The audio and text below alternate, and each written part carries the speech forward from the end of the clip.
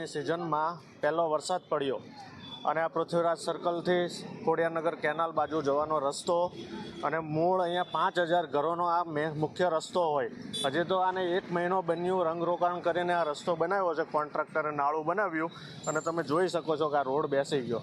કંઈ એવો વરસાદ નથી પડ્યો, નથી પૂરની સ્થિતિ આવી, તેમ છતાં આવડા કોન્ટ્રાક્ટરની બેદરકારી, અધિકારીઓની બેદરકારીને લીધે આ બ્રિજમાં અહીંયા મોટો ભ્રષ્ટાચાર થયો હોય એવી રીતના કોન્ટ્રાક્ટરની બેદરકારીને લીધે આ રોડ બેસી ગયો છે. નવો બ્રિજ ઓપનિંગ કરા આજની તારીખની અંદર 1 મહિનો પણ નથી થયો.